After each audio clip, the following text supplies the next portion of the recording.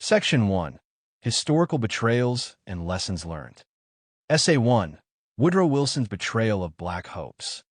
When Woodrow Wilson entered the White House in 1913, many Black Americans felt a cautious sense of hope. His campaign had spoken the language of progressivism, promising a new era of social and economic reform.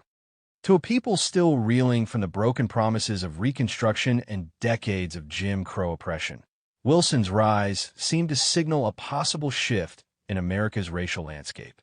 Black leaders like W.E.B. Du Bois, a brilliant scholar and activist, and William Monroe Trotter, a fierce newspaper editor, believed that Wilson's professed commitment to democracy and fairness might extend to the nation's black citizens. They saw his academic background and his talk of a new freedom as an opportunity to finally crack open the closed doors of government jobs, equal opportunity, and dignity. But that hope was short-lived. Almost immediately, Wilson's administration implemented widespread segregation throughout the federal government. Black clerks were separated from their white colleagues, often forced into separate bathrooms and lunchrooms and subjected to demeaning oversight. Segregationists in Wilson's cabinet, men like Postmaster General Albert Burleson and Treasury Secretary William McAdoo, not only tolerated but actively enforced these discriminatory practices. W.E.B. Du Bois, once a cautious supporter, felt betrayed by Wilson's actions. He wrote scathing editorials in The Crisis, exposing the hypocrisy of a president who spoke of democracy abroad while enforcing Jim Crow at home. William Monroe Trotter went even further, confronting Wilson directly in the White House in 1914. When Trotter demanded an end to segregation in federal offices, Wilson bristled and accused Trotter of being insolent, a reaction steeped in the paternalistic racism of the era. Cause and effect. Deepening political consciousness. Wilson's betrayal wasn't just a personal slight. It was a powerful lesson for Black Americans about the dangers of investing hope in a system not designed for their liberation. The initial optimism had been based on Wilson's promises, but the cause, his administration's racist policies, had a lasting effect on Black political consciousness. Wilson's actions deepened the understanding among Black leaders that progress in America could never come from mere words or political platforms alone. It would require constant vigilance, self-determination, and a willingness to challenge even those who claim to be allies. His betrayal accelerated the shift from faith in progressive white leadership to a deeper commitment to Black self-reliance, protest, and organized resistance.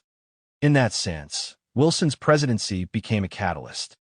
The disappointment he delivered forced Black Americans to rethink their relationship with American democracy itself, pushing leaders to build their own institutions, press for their own rights, and demand the full measure of citizenship.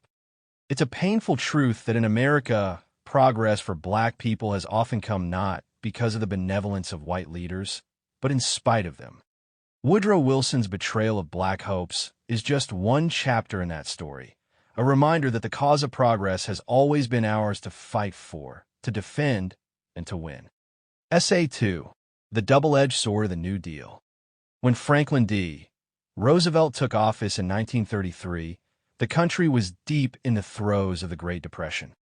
For millions of Americans, Black and white, the promise of a New Deal offered a lifeline in the form of jobs, relief programs, and a sense of hope. For many Black Americans, the desperation was even more acute. Generations of economic exploitation had left them particularly vulnerable to the economic collapse, and so the promise of Roosevelt's sweeping reforms felt like a chance at dignity and survival. Indeed, the New Deal did bring jobs and relief to Black communities. Black workers found employment through agencies like the Works Progress Administration and the Civilian Conservation Corps. Families relied on programs like the Federal Emergency Relief Administration to stave off hunger and homelessness. These were lifelines at a time when hope felt scarce. But for all its promise, the New Deal was a double-edged sword. In many cases, its benefits were distributed unevenly, and Black Americans were often left at the margins. The very structure of the programs, administered locally and influenced by Southern politicians, meant that racism was baked into the system. Local administrators, especially in the Jim Crow South, found ways to exclude or shortchange black people, paying them less, giving them the hardest and least desirable jobs, or denying them assistance altogether. The Social Security Act, hailed as a landmark achievement, deliberately excluded agricultural and domestic workers from its protections, categories that included a large share of black workers. This exclusion was not an oversight. It was a deliberate compromise with Southern white lawmakers who insisted that black workers remain in a position of economic dependence. Roosevelt himself, though personally sympathetic to civil rights in private, chose political pragmatism over moral leadership. He feared alienating the powerful bloc of Southern Democrats who propped up his coalition, men who upheld segregation as a way of life. As a result, the New Deal's advances often came at the cost of black dignity and equality. Eleanor Roosevelt, the First Lady, stood in sharp contrast. She visited sharecroppers' homes, spoke out against lynching, and publicly supported civil rights in a way her husband never fully embraced.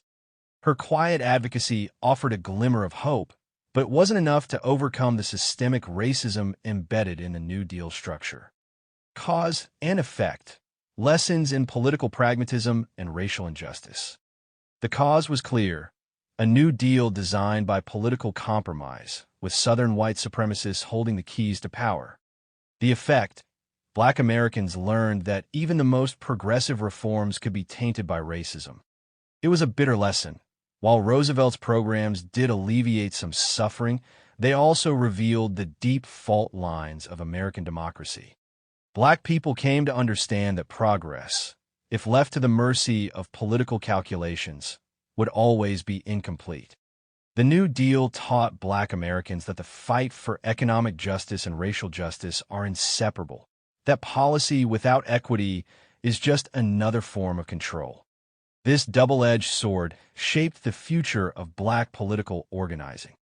It fueled demands for fair treatment in unions, for the inclusion of black workers in Social Security, and for civil rights legislation that wouldn't be left to the discretion of local racists. It reminded us that survival under an unjust system is not enough. True liberation demands dismantling the structures of oppression that keep black people at the margins. The New Deal was progress, but progress on white America's terms.